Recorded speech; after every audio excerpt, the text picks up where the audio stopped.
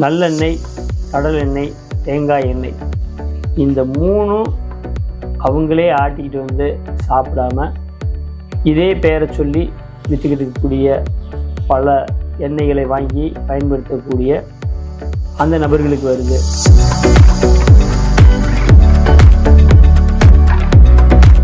அந்த நரம்புகள் பச்சை நிறத்திலேயோ அல்லது கருமையாவோ தெரிஞ்சிச்சு அப்படின்னாக்கும் அதுக்கு பேர் வந்து வெரிகோஸ் வெயின் கிடையாது, அது இரத்த குழாய் அடைப்பு.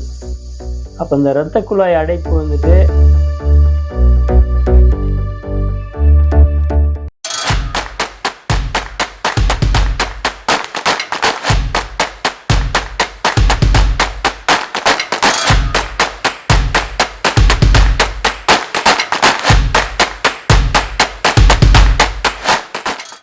போகர் நேச்சர் கியூர் பார்த்துட்டு இருக்க உங்கள் அனைவருக்கும் வணக்கம்.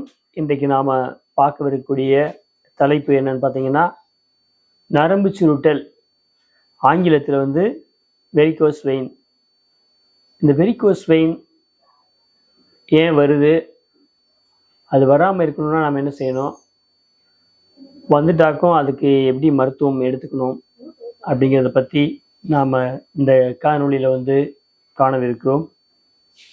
இந்த வெரிகோஸ் வெயின், இது வெரிகோஸ் வெயின் அப்படின்னு சொல்லிட்டு பொதுவாக சொல்லப்படுது. ஆனால் அந்த வெரிகோஸ் வெயின் அப்படிங்கிறத காட்டிலும் இரத்த குழாய் அடைப்பு அப்படின்ற சொல்லை பயன்படுத்துவது தான் சரி அப்படின்னு சொல்லிட்டு நான் உணர்ந்திருக்கேன். ஏன் அப்படின்னு சொன்னால், ஏன் இரத்த குழாய் அடைப்பு அப்படின்னு சொன்னால், இப்போது சுருண்டு இருக்கக்கூடிய இடங்கள் வெரிகோஸ் வெயின் அப்படின்னாக்க நரம்பு சுருட்டல் அப்படின்னு சொல்லிட்டு நாம் வந்து தமிழில் அதை மொழிபெயர்ப்பு பண்ணலாம். ஆனால் இது எங்கே பார்த்தாலுமே பலருக்கும் வந்து அடைச்சிருக்கு. இது முதல்ல யாருக்கெல்லாம் வருது அப்படின்னு பார்த்தீங்கன்னா, அதிகமாக யாரெல்லாம் வந்துட்டு நல்லெண்ணெய், கடல் எண்ணெய், தேங்காய் எண்ணெய் இந்த மூணும் அவங்களே ஆட்டிக்கிட்டு வந்து சாப்பிடாம இதே பெயரை சொல்லி விற்றுக்கிட்டு இருக்கக்கூடிய பல எண்ணெய்களை வாங்கி பயன்படுத்தக்கூடிய அந்த நபர்களுக்கு வருது. அதுக்கப்புறம் பார்த்தீங்க அப்படின்னாக்கும், யாரெல்லாம் வந்துட்டு இந்த எண்ணெயை தவிர வேறு பேர்களில் சொல்லிக்கக்கூடிய எண்ணெய்களை வாங்கி எண்ணெய்ங்கிற பேரில் வாங்கி பயன்படுத்திக்கிட்டு இருக்காங்களோ அவங்களுக்கு வருது. யாரெல்லாம் வந்து அதிக நேரம் வந்துட்டு நின்றுக்கிட்டு இருக்காங்களோ அவங்களுக்கு அந்த நரம்பு சுருட்டல் வருது. இதில் நரம்பு சுருட்டல் அப்படிங்கிறது மட்டும்தான் வேற. மித்தபடி அந்த நரம்புகள் பச்சை நிறத்திலேயோ அல்லது கருமையாவோ தெரிஞ்சிச்சு அப்படின்னாக்கும் அதுக்கு பேர் வந்து வெரிகோஸ் வெயின் கிடையாது, அது இரத்த குழாய் அடைப்பு. அப்போ இந்த இரத்த குழாய் அடைப்பு வந்துட்டு சாதாரணமாக வர்றது கிடையாது. அந்த இரத்த குழாய் அடைப்பு எதனால வருது, காய்கள்னால வருதா அப்படின்னாக்க காய்கறிகள் சாப்பிட்றதுனால வரல. பழங்கள் சாப்பிட்றதுனால வருதா அப்படின்னு கேட்டாக்கும் பழங்கள் சாப்பிட்றதுனாலையும் வர்றதில்லை. அசைவ உணவுகள் சாப்பிட்றதுனால வந்து அப்படி அதிகமாக வருமா அப்படின்னு கேட்டாக்கும் வராது.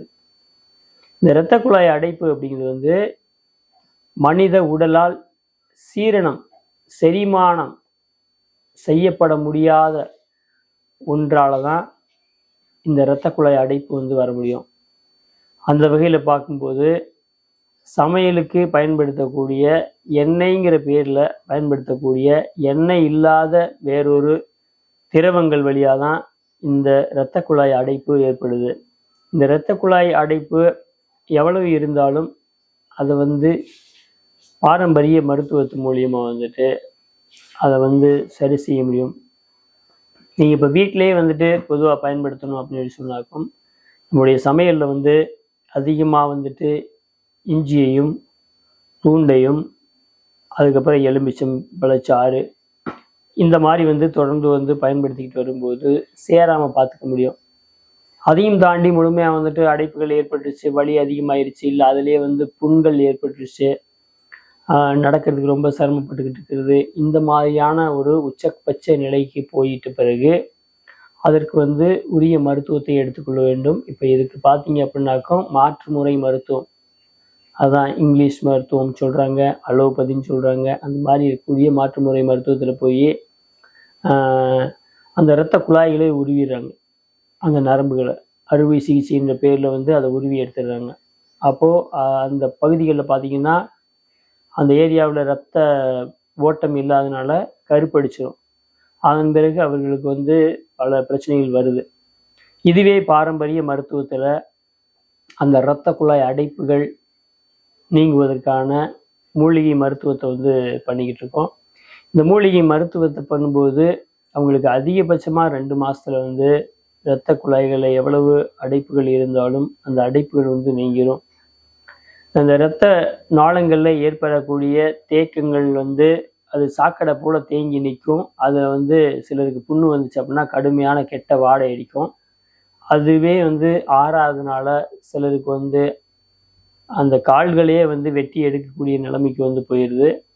இதுக்கு வந்து பாரம்பரிய மருத்துவத்தில் சிறந்த தீர்வு வந்து அதிகபட்சமாக 2 மாதத்தில் வந்து நம்ம கொடுத்துட முடியும். ஆகவே இந்த இரத்த குழாய் அடைப்பு அது வராமல் இருக்கணும்னாக்கா தேவையற்ற எண்ணெய்கள் அப்படின்ற பேரில் வாங்கி பயன்படுத்தக்கூடிய பல திரவங்களை வந்து வாங்குவதை வந்து நிறுத்தணும்.